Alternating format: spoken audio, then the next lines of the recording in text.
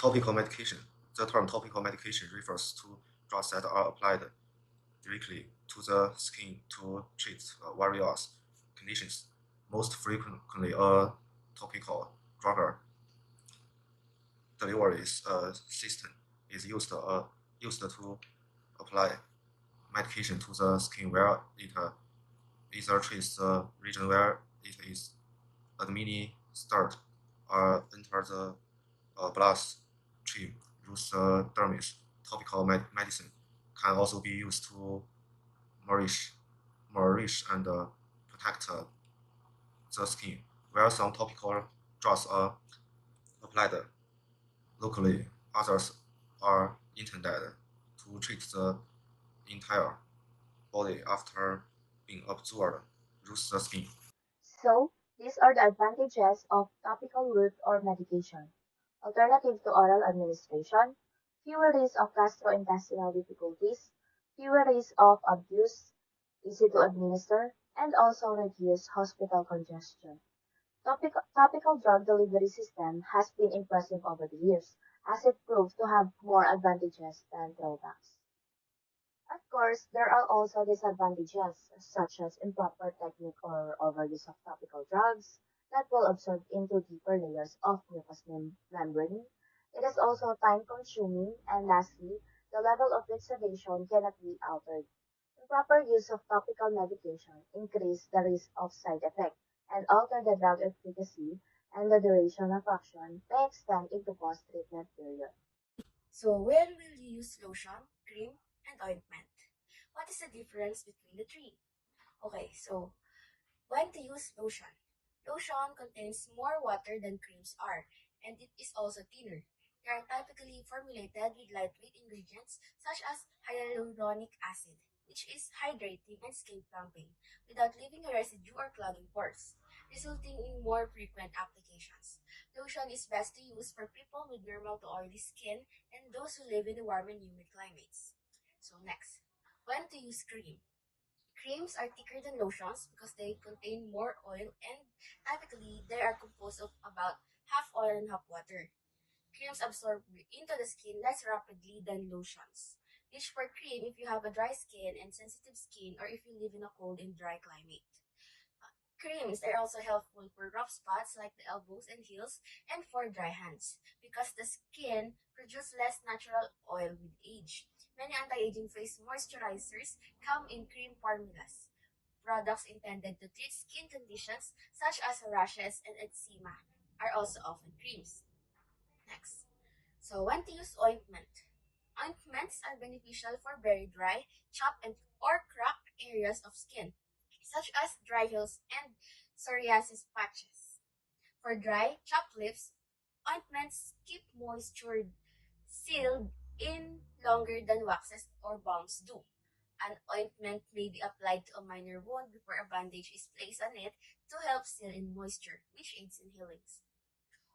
The ointment is also a good choice for people whose hands are very dry and chapped due to frequent hand washing. Good morning, everyone. My name is Izay, and I will be talking the topic about inhaled medication. So, what is inhaled medication? Well, these are the kind of medicines that we inhale and directly goes to our lungs. And if you remember what Dr. Victoria said before, one of the fastest way to absorb the medicine is through the route of inhalation because our kidneys don't have to filter out the medicines that we take. Additionally, there are drug efflux transporters and metabolizing enzymes that are present in our lungs at a much lower level compared to our gastrointestinal. That's why our body absorbs it right away and it gives us a quick relief as soon as it enters our body. So, moving on, there are a variety of medicines in an inhaled form such as metered dose inhalers or MDI, dry powder inhalers or DPI, nebulizers, and soft mist inhalers that is currently available in different kind of medicines. And side note, there are different kind of medications of inhaled medication that is available for a number of chronic lung diseases, including the asthma and COPD. Next slide, we have two types of inhalers, the inhaled corticosteroids and bronchodilators. So first, the inhaled corticosteroids are also called as topical corticosteroids or glucocorticosteroids. So it is an anti-inflammatory medication that's been used for a long time to treat asthma, and the type of steroids that this medicine contains are very different from the ones that are misused by some athletes to help their performance. So this asthma medication reduces the different forms of airway inflammation to help normalize the production of mucus, airway hypersensitivity, swelling, and tightening of the bronchial tubes. So this can be taken even if you feel well because this medication can help you prevent from having asthma flare up or to help minimize the symptoms you experience. So the examples of these medications are beclomethasone, budesonide, cyclosonide, flunisolide, fluticasone, and triamcinolone. Next slide, the second type of inhalators is bronchodilators. So this medication, it doesn't contain any steroids, but it still helps to open the airways by relaxing small muscles that were tightened. So there are two types of bronchodilators, the rapid-acting and the long-acting. So the rapid-acting bronchodilators is used as a rescue or for quick relief for asthma, and its examples are albuterol, levalbuterol, terbutaline, and ipratropium. So take note that this is only used for a short-term medication only because they do not have the capacity to solve the underlying problems that lead your asthma to appear. On the other hand, we have a long-acting bronchodilators. I forgot to add this to our PowerPoint presentation, but I will still discuss it. So its action is it controls the asthma attack instead of giving quick relief, and this can be used in conjunction with inhaled steroids for a long-term control of asthma symptoms. And the example of it are salmeterol and formoterol. Next slide, nebulizers. So the nebulizers is also important in treating asthma, chronic lung diseases, and COPD. And there are different kinds of medications that are available in nebulized form. So a nebulizer is a kind of delivery system that consists of nebulizer, which is the small plastic ball with a screw top lid, and this is a source for compressed air. So the airflow in nebulizer changes the medication solution into a mist, and that's what the patients will inhale. Next slide, MDI versus DPI.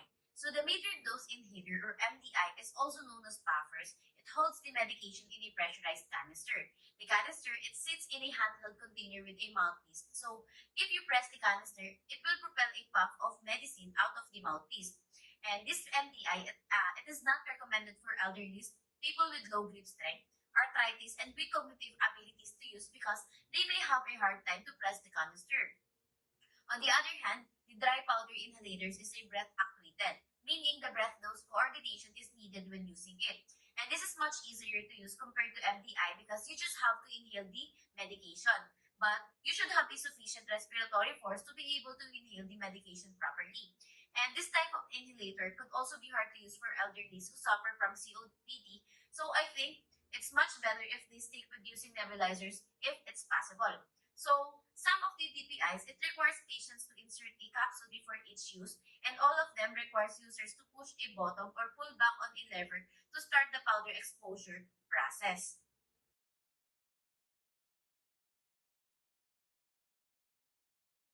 Many people with chronic lung diseases such as COPD or asthma use a nebulizer to take their medication in the form of a mist that is inhaled into the lungs. Nebulizers are often recommended for patients who have a hard time using inhalers because of health issues or patients who are unable to inhale deeply enough for other devices. A metered dose inhaler sprays medicine through your mouth so that it can reach your airways. If your inhaler is not used the right way, some medicine may not enter your mouth, or some may remain in the back of your mouth. Either way, it may not reach your airways where it is needed. The active drug in dry powder inhalers is composed of microparticles loaded into larger carrier particles. The inhaler's unique internal design converts patient's inhalation into shear forces that deagglomerate the drug particles from carriers. The drug particles are transported deep into the lung, while the larger carrier particles cling to the back of the throat and are eventually swallowed. This reliance on a powdered formula is a desirable feature. Dry powder inhalers don't require propellants that are harmful to the atmosphere, such as chloro and hydrofluorocarbons. Instead, the patient's breath is all that's required for activation. I am Jemima May Vital Benito, and I'm here to discuss about the ophthalmic drugs description and procedure. Ophthalmic drugs are specifically designed for application to the eye. They come in various forms such as eye drops, ointments, or gel to address various eye conditions. Ophthalmic drugs such as eye drops, ointments, and gels are specifically designed to treat various eye conditions, including the dryness, infections, allergies, and glaucoma. However, delivering these drugs to the eye is a challenging task Due to the unique anatomy and protective mechanism of the eye, the development of effective ophthalmic dosage forms and counters numerous obstacles imposed by physiological constants stemming from the eye's distinctive anatomical structure and efficient protective mechanism. Next is the examples of ophthalmic drugs. First is the antibiotic eye drops. It is prescribed for treating bacterial eye infections.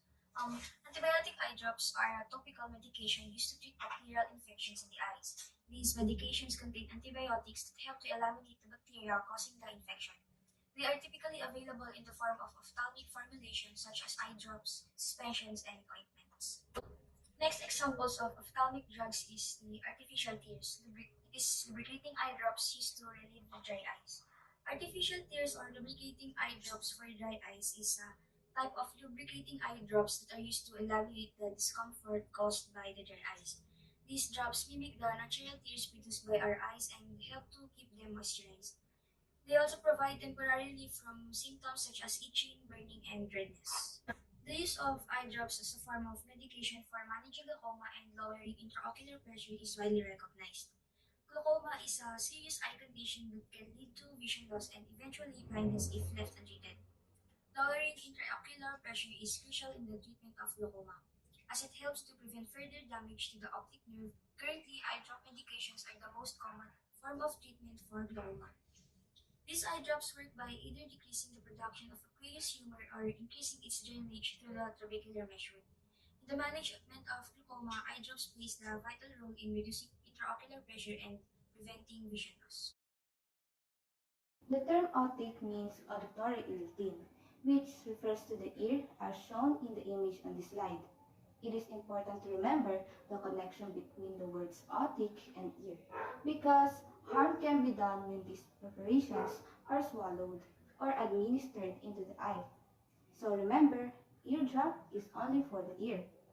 Next is the otic procedure. You must follow the Otic procedure step by step to treat conditions like swimmer's ear with bacterial or fungal infection, excessive earwax, middle ear infections, and ear pain. The first step is to lay a folded towel on a kitchen or bathroom counter. The second step is to lay your head on the towel with the affected ear up. The third step is to gently pull your earlobe out and up to straighten your auditory tube. The fourth step is to administer the recommended number of drops into the ear canal. The fifth step is to gently push your ear flap to encourage liquid into your ear. And the sixth step is to stay here for at least 2 minutes until it breaks down and dissolves the clogged wax in the ear.